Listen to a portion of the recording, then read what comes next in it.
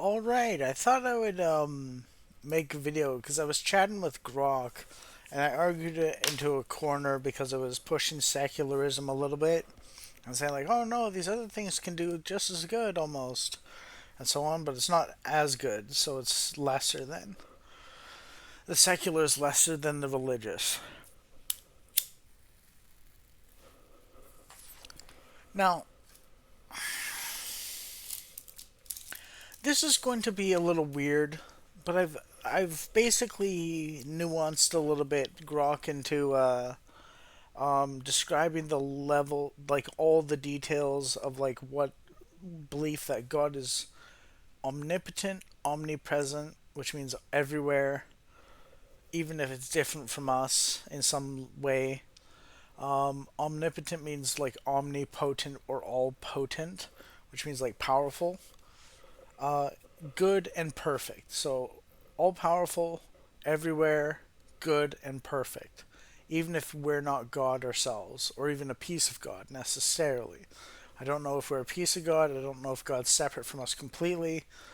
Somehow, spiritually, maybe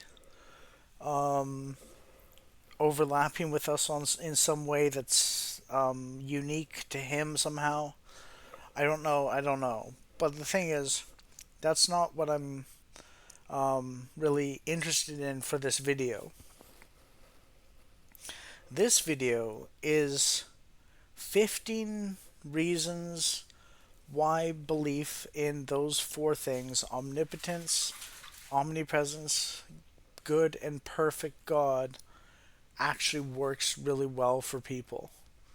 It's an argument that relies on it works, good for people that use it, but also it's an elegant solution to a lot of problems.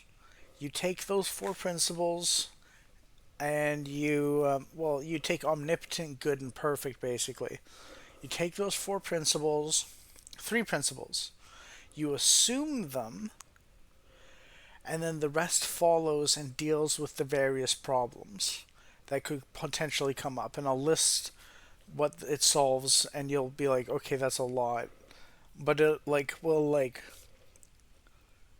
the elegance of three assumptions solving 15 big massive problems in like life, the universe, and everything, and the big questions is like mind-bogglingly good basically when you combine them, the three assumptions. So basically the first one is core metaphysical and existential problems. Infinite regress is number one. Provides a necessary non-contingent, so it doesn't rely on anyone but himself. God doesn't rely on anyone but God. Stopping point, aka the ground of being, that doesn't require further explanation. Okay. Number two, groundlessness or existential dread. Hell is redefined as not knowing the secure ontological rock that you stand on. The personal, perfect God serves as an unshakable foundation, turning dread into peace and adopted sonship or daughtership. 3. Cosmic horror and vast expanses. The infinite scale and apparent indifference of the universe lose their crushing power because we are sustained and ordered by a good intentional ground, as in it has an intention or intent, rather than brute fact or chaos. So there's a why to it, not just a what. So you got explanation power. Or 4. Origin of existence. Why is there something rather than nothing? God, as the ultimate source, explains contingent reality without circularity or brute facts. Again, the what, not the why. Uh, um, and the God thing provides the why, essentially. Um, Order, stability, and emergence. Number 5. Cosmic stability versus entropy. Explains why the universe maintains coherent order and, quote, layers of dominion, end quote, instead of descending into total disorder. The omnipotent God sustains natural laws and allows local complexity.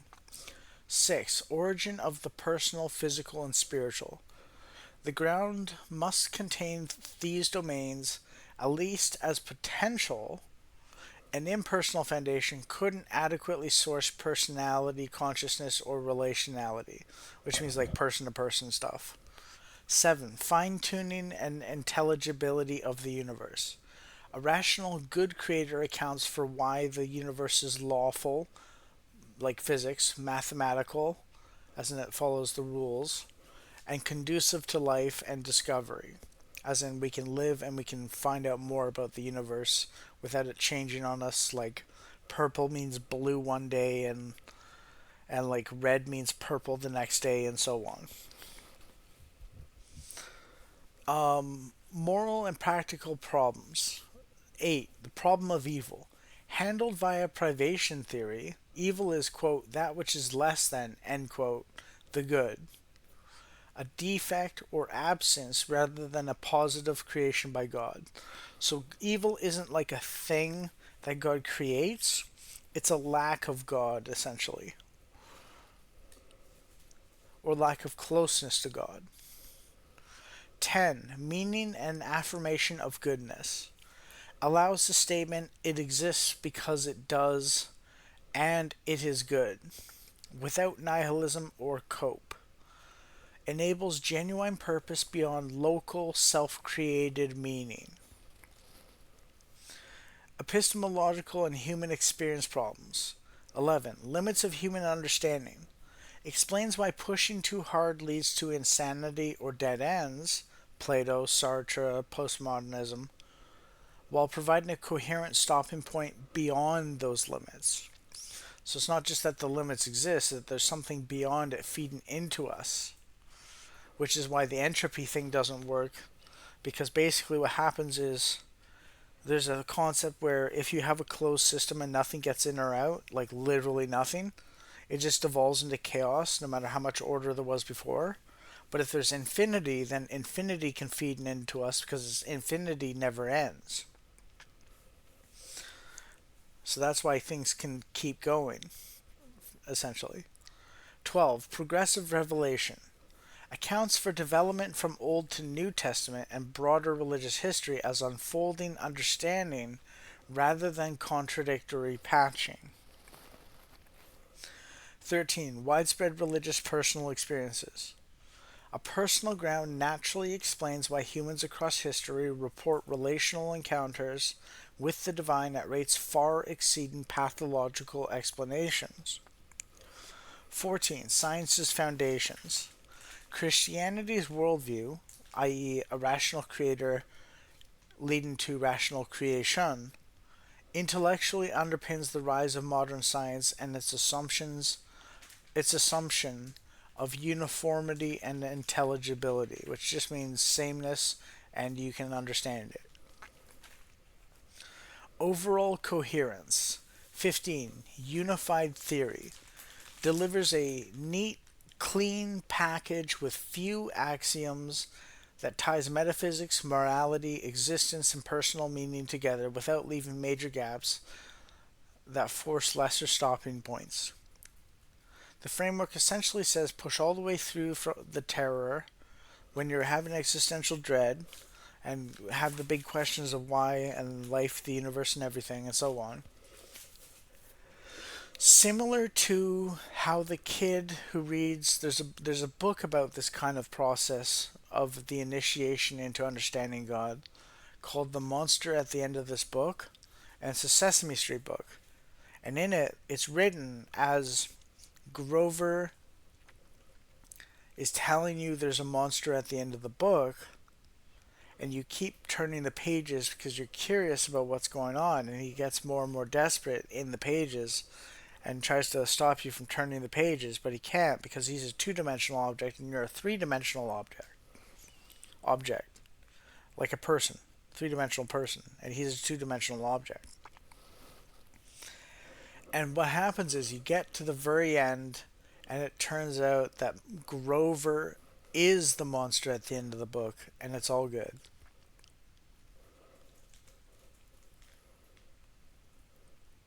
Accept these three axioms, and nearly everything else sorts itself out through the nature of the personal perfect ground.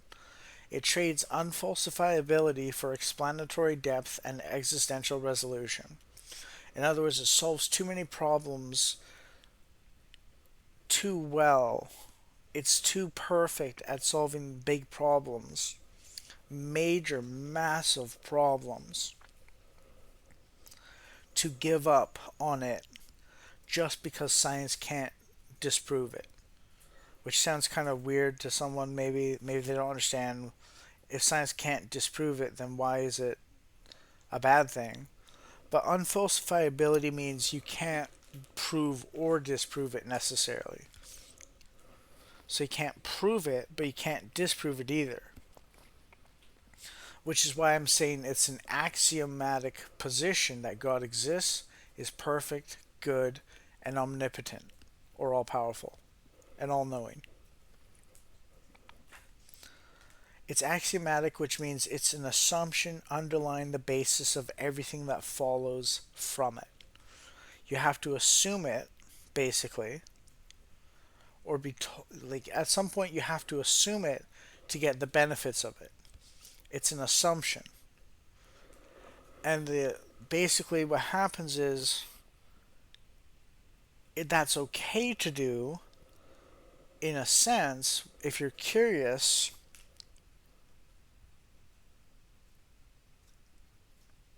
When you get to the nitty gritty of like the big questions of life and the why and the how and the why and the why is that and why is that and why is that and all the way down,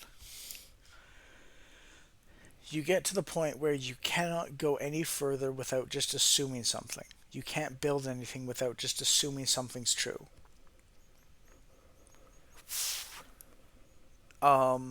It's one of the terrifying things about humanity and the existence, essentially, that you have to assume something in order to build accurately and so on. Yeah, it's sort of like the journey that's 1,000 miles long starts with a single step. You just have to step, essentially. You can't imagine the journey. You have to step forwards and just keep stepping forwards and keep stepping forwards. And you can look around you while you're journeying. And once you get to the destination, then you know the terrain because you got a map of it in your head, you got memory of it. It's based on reality and so on. Like, for instance, simulation theory or brain in a jar theory and stuff like that is terrifying. And if you're not well acquainted with the personal relation of God and so on, and the goodness of God, then it begins to get very terrifying, um, because you know something is above you on a fundamental dimensional level, but you're not sure if it's going to torture you or not. However, C.S. Lewis's argument that an evil God could not give you good morals because it wouldn't even know what they are in the first place because it's evil, can resolve that particular issue quite handily, I think. You wouldn't even know what good is to begin with in order to miss when it is bad instead.